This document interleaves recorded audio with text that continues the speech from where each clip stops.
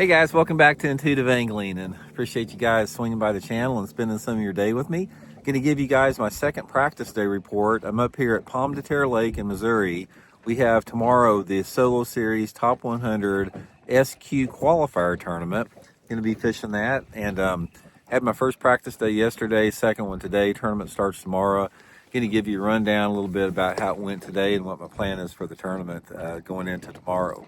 Also, guys, for get started, one thing I want to share with you guys, one of my favorite lures for like late April into May that a lot of people don't throw, guys, is this big Megabass kanata jerkbait, the 7-inch long jerkbait. Take this thing, guys, and fish it on windy points and like steep banks, bluff banks. It's really good after those fish that get done spawning. They like a big meal because they've exhausted a lot of energy from spawning. This is one of my favorite ways to catch bass from about mid-April into mid-May. So I'll put this kanata link and my tackle warehouse link in the description of this video if you guys would like to get a couple of them. This is probably my favorite color here, guys. This is called the HT Tennessee Shad pattern. Catch a lot of fish on this one here, so appreciate that. Okay, guys, if you saw the video I did yesterday, I caught a couple decent fish yesterday, but it was not easy. It was a grind.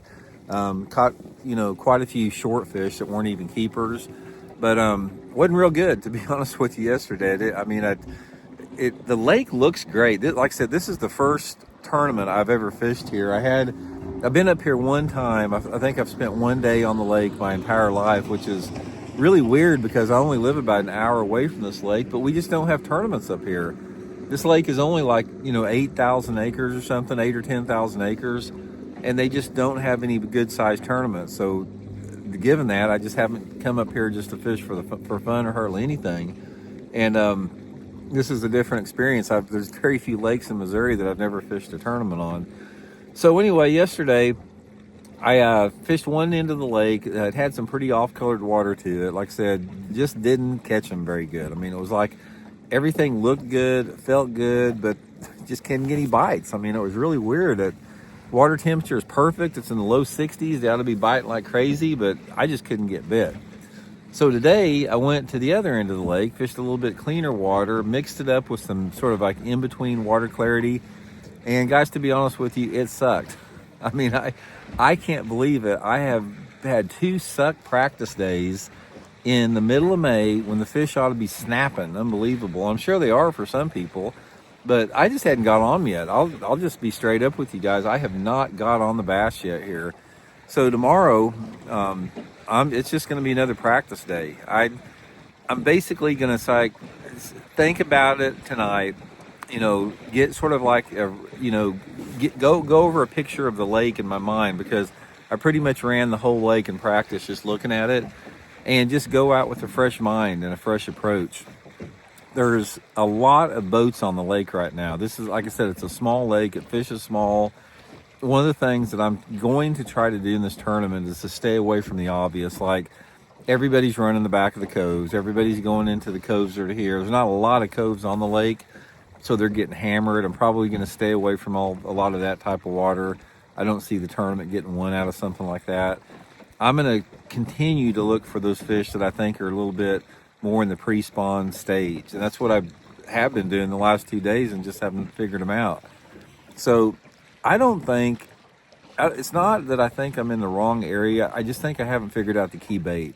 I've been rotating through a lot of different stuff, so tomorrow I'm going to just keep trying new stuff. Different colors, different profiles, different presentations, sort of learn from the 2 that I caught yesterday. I didn't catch a keeper today. I caught 1 short fish, but I caught a lot of short fish yesterday, so I sort of know where they're setting up at. And I caught 2 nice fish yesterday. One of them was in that thumbnail, about a 4-pounder, and another one, close to that.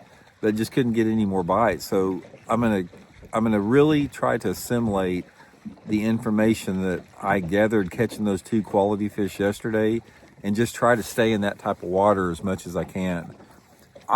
This lake, it's got a reputation for being a good lake. They catch a lot of good bags up here, so it's not like I'm up here struggling and that's just the way it is. I'm missing the boat on something, and that's the way it is in fishing, though. It's like things can seem next to impossible, and you swear the fish just aren't biting, and if you just make one small adjustment, then it opens up a whole new world.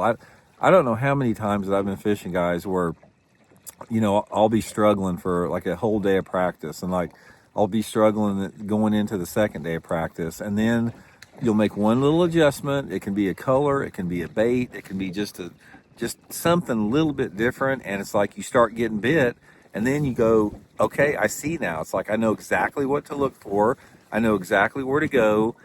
It only takes one or two fish to really point you in that direction.